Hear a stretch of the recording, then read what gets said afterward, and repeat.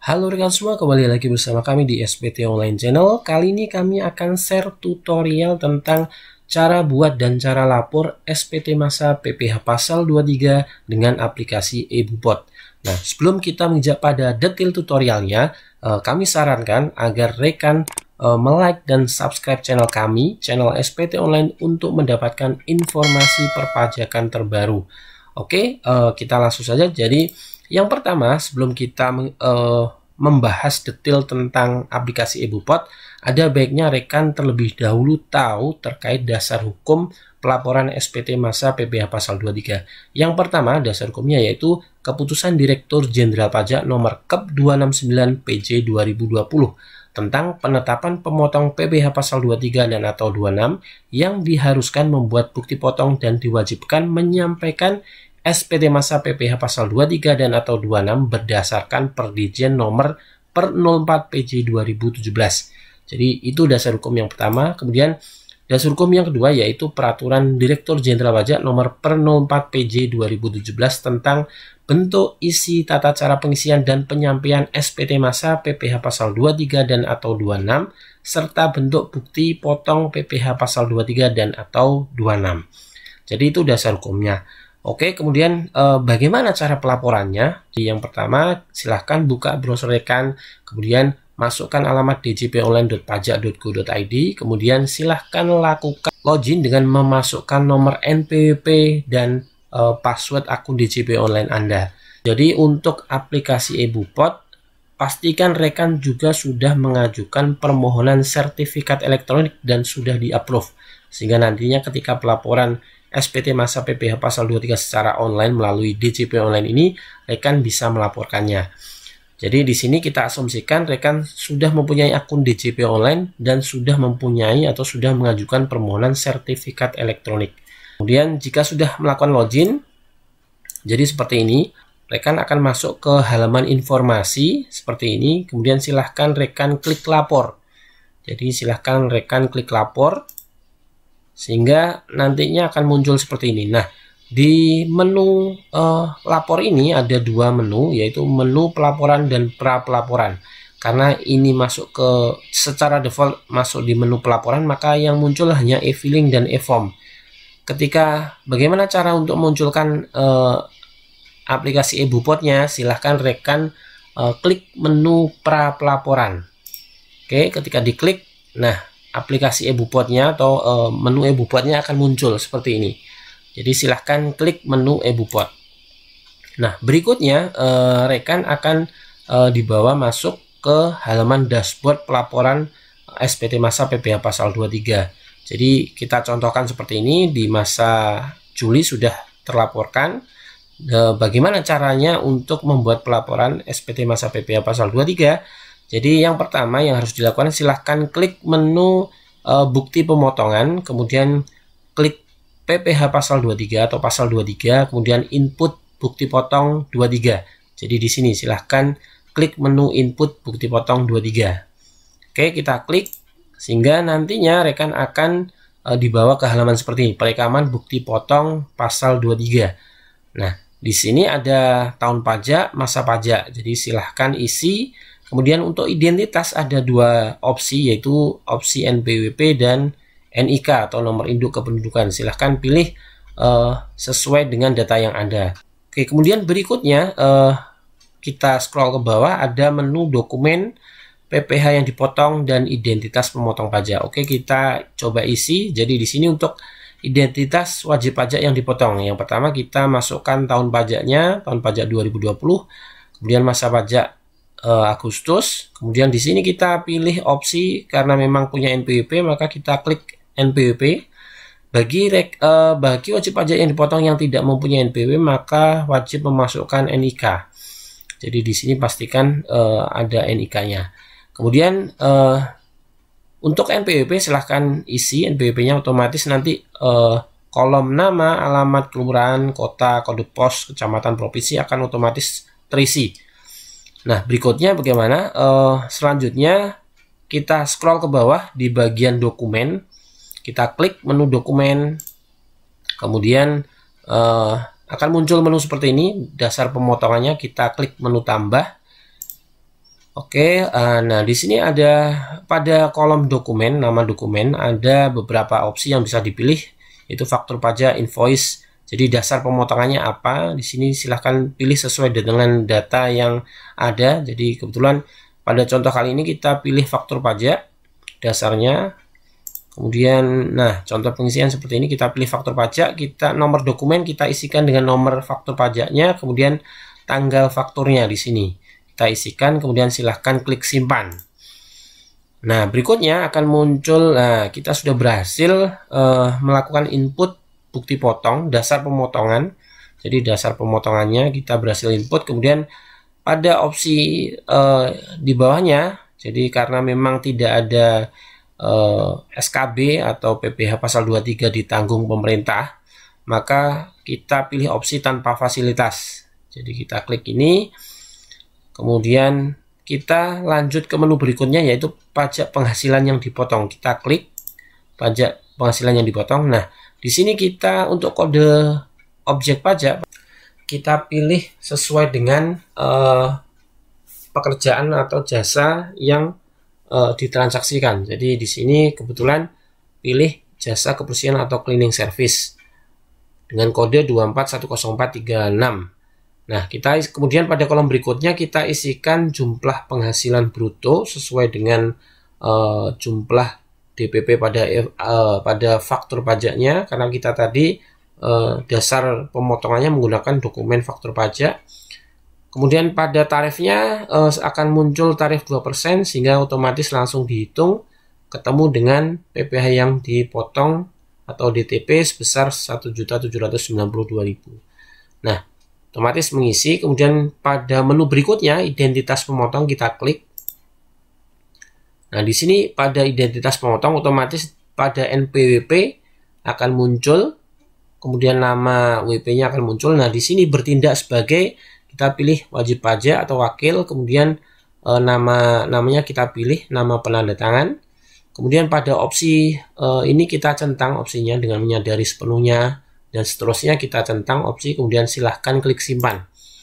Maka akan muncul notifikasi bukti pemotongan PPh pasal 23. Data akan disimpan, Anda yakin? Silahkan klik OK. Ketika klik OK, maka akan muncul notifikasi kembali bahwa bukti pemotongan PPh pasal 23 berhasil disimpan. Silahkan klik OK. Nah, sini akan muncul summary atau rincian daftar bukti potong yang sudah berhasil kita buat. Jadi di sini contohnya seperti ini. Bagi rekan yang ingin membuat bukti potong kembali di masa pajak yang sama, silahkan klik buat baru. Jika sudah, kita menginjak pada menu berikutnya. Karena tadi kita sudah berhasil membuat bukti potong, kita lakukan posting ke SPT dengan mengklik menu bukti pemotongan, kemudian klik posting ke SPT. Jadi kita klik posting. Nah, akan muncul menu posting seperti ini. Jadi kita pilih tahun pajak dan masa pajaknya. Jadi kita pilih tahun pajak 2020, masa pajak Agustus 2020. Kita klik posting, sehingga akan muncul notifikasi posting bukti potong buat SPT baru berhasil. Silahkan klik OK. Jika sudah seperti ini, bagaimana selanjutnya? Jadi selanjutnya silahkan klik menu SPT masa PPh, kemudian perekaman bukti penyetoran. Jadi karena tadi bukti potong sudah berhasil direkam, kemudian berhasil diposting ke dalam SPT, maka berikutnya kita melakukan perekaman bukti penyetoran. Jadi pada menu SPT masa PPh, kemudian perekaman bukti penyetoran, silahkan klik. Nah, di input bukti penyetoran akan muncul menu seperti ini. Jadi, nah pada contohnya kita pilih tahun pajak 2020, masa pajak Agustus. Otomatis nanti akan muncul jenis pajaknya seperti ini. Jadi akan muncul seperti ini rinciannya. Dan kita bisa membuat kode billing dengan mengklik buat kode billing. Jadi untuk PPh pasal 23 ini sangat membantu sekali ya. Jadi otomatis kita akan bisa membuat billing secara otomatis ketika sudah muncul summary seperti ini. Jika sudah, karena di sini kita asumsikan sudah dilakukan pembuatan kode billing dan sudah dilakukan penyetoran, maka kita klik input bukti store. Jadi silahkan klik input bukti store. Silahkan isi bukti penyetoran seperti ini. Jadi silahkan pilih opsi surat setoran pajak karena memang berupa SSP atau bukti penyetoran. Kita pilih opsi ini. Kemudian nomor bukti penyetoran kita isikan dengan kode NTPN yang ada pada bukti penyetoran. Kemudian tahun pajaknya kita isi 2020, kita klik simpan. Maka data pembayaran berhasil direkam, silahkan klik OK. Nah, otomatis akan di bawah pada summary pembayaran akan muncul seperti ini. Contohnya akan muncul secara otomatis begitu tadi kode NTPN diinput. Jadi dia akan mendetek pembayaran yang Anda setorkan. Kemudian ketika sudah seperti ini, bagaimana langkah selanjutnya? Langkah selanjutnya silahkan klik menu SPT masa PPh, kemudian penyiapan SPT pasal 23. Jadi silahkan klik menu penyiapan SPT pasal 23 atau 26. Silahkan klik. Maka akan muncul daftar SPT masa seperti ini. Jadi di sini untuk masa Agustus muncul opsi lengkapi dan menu kirim. Jadi ketika rekan memang belum yakin SPT tersebut belum lengkap, maka silahkan klik menu lengkapi, maka akan muncul notifikasi lengkapi data SPT, silahkan klik OK.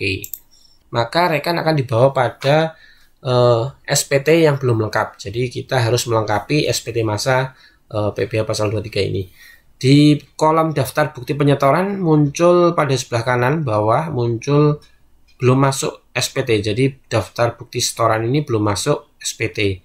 Kita coba scroll ke bawah, penanda tangan kita klik, kemudian kita isikan jadi bertindak sebagai, kita klik pilih opsi wajib pajak, nama penanda tangan kita pilih, kemudian silakan klik simpan, maka akan muncul notifikasi SPT masa PPh tambahkan bukti store ini pada SPT, silakan klik OK.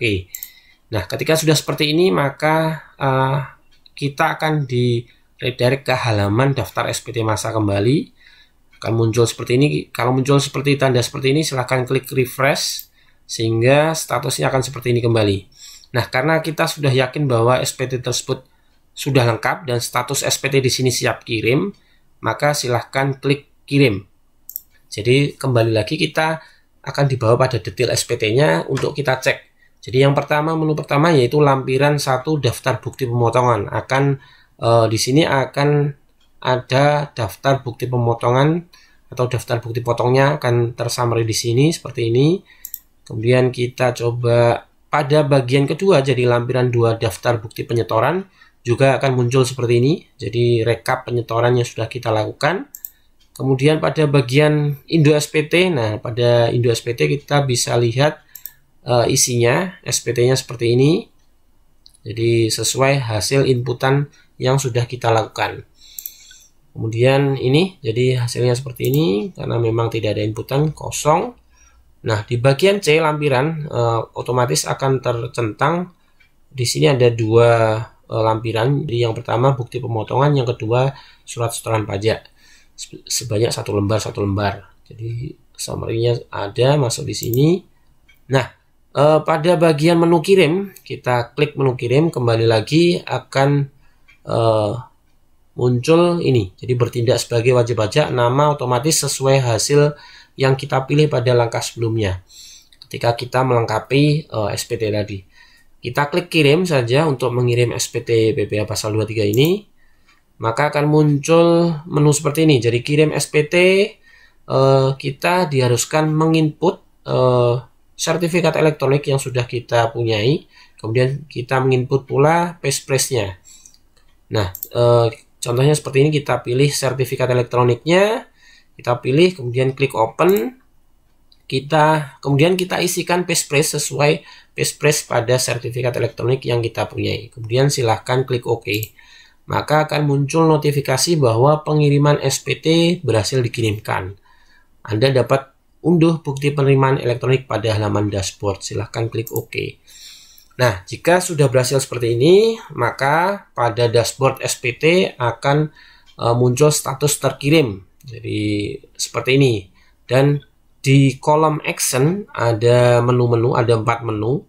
Jadi yang pertama, menu pertama ada gambar ini warna hijau. Kita klik, yaitu menunya lihat bukti penerimaan elektronik. Kita klik saja. Bukti penerimaan elektroniknya seperti ini. Jadi bisa kita download, atau bisa juga kita langsung print. Seperti ini contohnya bukti penerimaan elektronik SPT-nya. Kemudian pada menu kedua, jadi menu yang sebelah kanan, request download bukti potong. Jadi rekan semua bisa mendownload bukti potongnya melalui menu ini. Langsung diklik saja, maka otomatis akan mendownload bukti potongnya. Atau pada menu berikutnya, yaitu lihat SPT induk, rekan bisa mengunduh dalam bentuk PDF atau juga mencetak langsung bisa. Lihat SPT induk pada menu dari nomor 2 dari sebelah kanan. Atau menu ketiga, yaitu lihat bukti potong.